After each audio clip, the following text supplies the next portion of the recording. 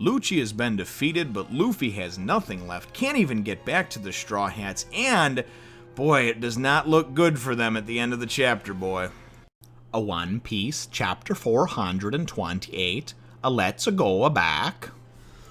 Well, hello, my brothers and sisters of the Nerd Nation. I, as always, am Jim, here to bring you another review on the awesome, action-packed CP9 Guy's Been Defeated tale of One Piece.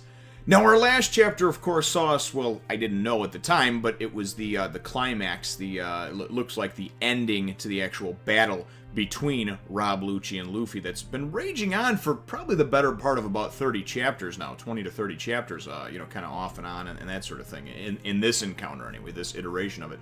And the chapter ended with Luffy just kind of pulling out all the stops and hitting him with a jet Gatling gun, and I mean just pummeling him. So, and Lucci is just down and out.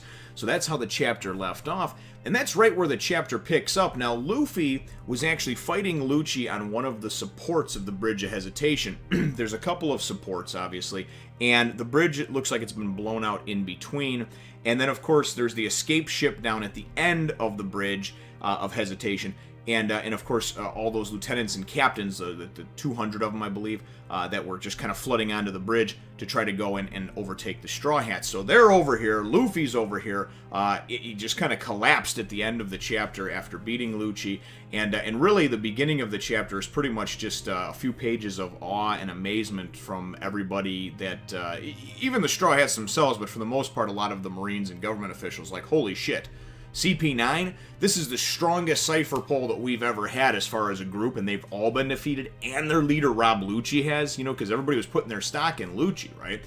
And it definitely is not a good day for the world government, I guess you would say, But Luffy has nothing left, though. They're trying to go, Luffy, come on over the shit. He's like, he can't even move, man. He is just completely immobilized. He's got nothing left. He tapped into whatever reserves he had in the tanks, and he's just completely done for.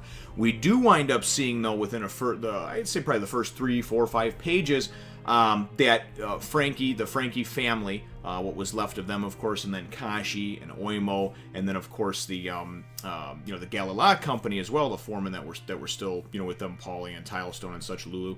They're all alive. Apparently, they had jumped over the edge or dove over the edge or got blown over the edge of this ravine as the warships were attacking them, near the main gate. They, communicate with everybody by transponder still to let them know, number one, we're okay. Number two, we got our own way out. Don't worry about us. And Franky, comes to tears and everything and kind of does like a Chopper thing, like, oh, you jerks, And he's like, doesn't want to act emotional, but he is emotional. And it's okay. It's his buddies. It's his family. It's his friends, right?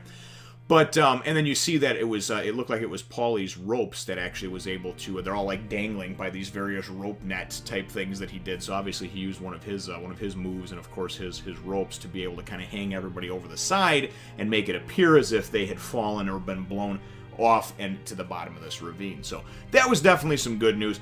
I personally was never really in a whole lot of wonderment about that one. It's not that I don't like those characters. I do. I just didn't think that they were going to be, going to be defeated or killed off so easily, you know what I mean? Or really at all. I mean, I just didn't think that they were going to die. So, anyways, what winds up happening though is, so then we got everybody, they're trying to go and Luffy, they're trying to figure out how they can get Luffy to them, because even Usopp's like, dude, what the hell, man? We defeated CP9, we got Robin back, you beat Lucci, all that's left to do now is escape, And Luffy, like I said, is just kind of laying there with his eyes open, but he's completely immobilized, or completely paralyzed, I guess you would say, And we've never really quite seen him exactly like that. We've seen him get trapped in a bunch of different places and caught in some funny situations, but I mean, he's just completely drained. He's got nothing left, So they wind up saying, and, Nami says, you know what, forget about it, fuck it, we'll just go back to the ship, we'll jump on the ship, we'll swing around, we'll pick him up, or we'll get over close to him, or whatever, right?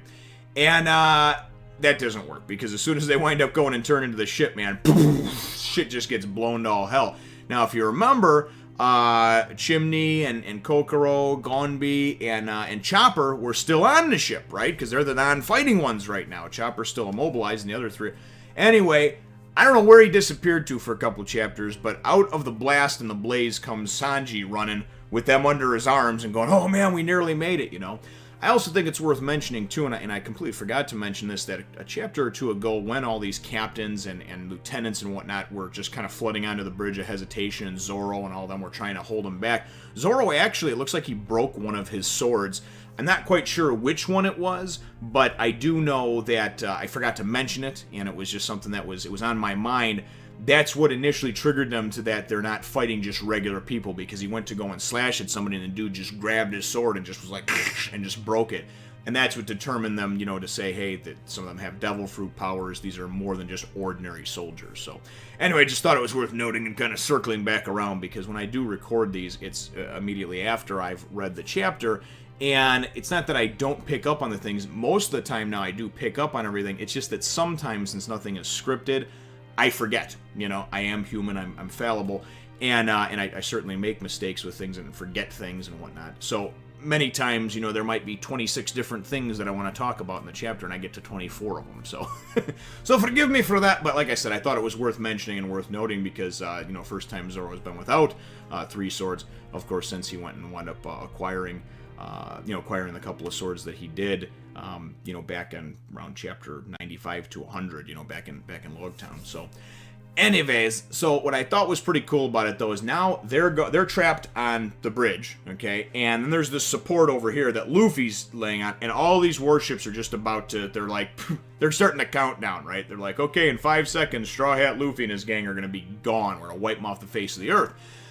All of a sudden, they hear something about, oh yeah, no, you know, get up, Straw Hat, get up, Straw Hat. It's like, you know, what the hell, you know? And all of a sudden we get Usopp, and he's like, what's that voice, you know? And Franky's like, I told you, it's my bros, my family. He's like, no, not them. I know who they are. It's this voice. I've had it in my head, or I've heard it for a long time now and everything. And immediately I wound up thinking, you know, I wound up going to this in my mind, and I was thinking, no, right? And so anyway, so it kind of goes on, and it carries you on for a chapter or two, and then, you know, look down, and he's like, and Usopp's like, what? Look down. And he gets over the edge, and he looks down, you know, oh, I knew it, and he tells everybody, you just gotta trust me, jump, and he says, Robin was trying to get Luffy over from that support to there, but she's like, I can't do it, I drop him in the sea on the halfway, you know, midway over here, right?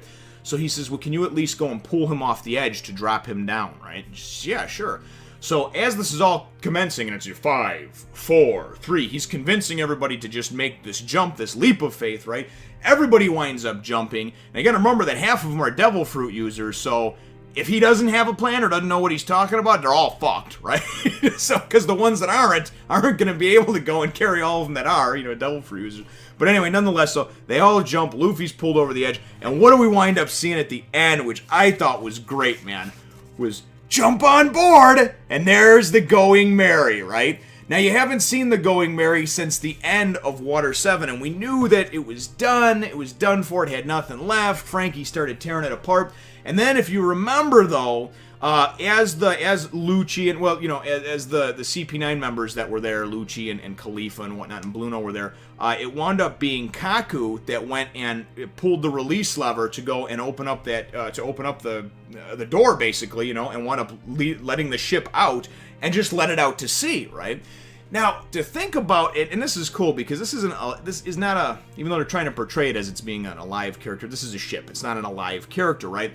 But I thought the cool thing is that you completely forget, at least I did, completely forget about the ship for the most part, you know? I thought maybe when everything wrapped up, maybe they'd have some kind of tearful goodbye or whatever, right?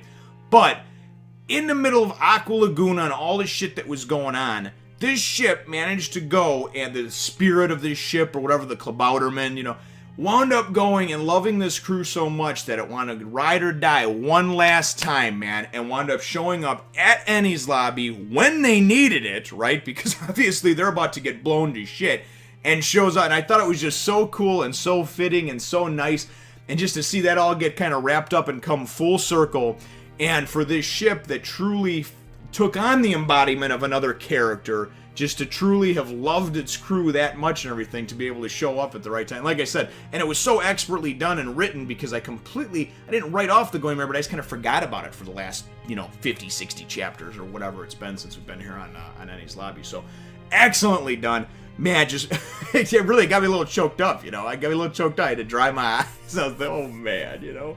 So that's where the chapter ends off, though, and ultimately it was just done very, very well, I think. My chapter question, though, brothers and sisters, it winds up leading into that. What do you think about the Going Merry? What are your thoughts on the Going Merry showing up at the right time? Do you think it was cheesy, overdone? Do you think it was cliche? Was it touching and heartfelt to you? Do you think it was kind of the perfect ending to things? Were you indifferent about it? You know, let me know what your answer is to that question is in the comments down below. Feel free to hit the thumbs up, the like button if you should think that I deserve it, and subscribe if you haven't done so already. We look forward to catching all of you in the next one, Nation. Remember to take a look at my other channels, and as always, thanks for watching.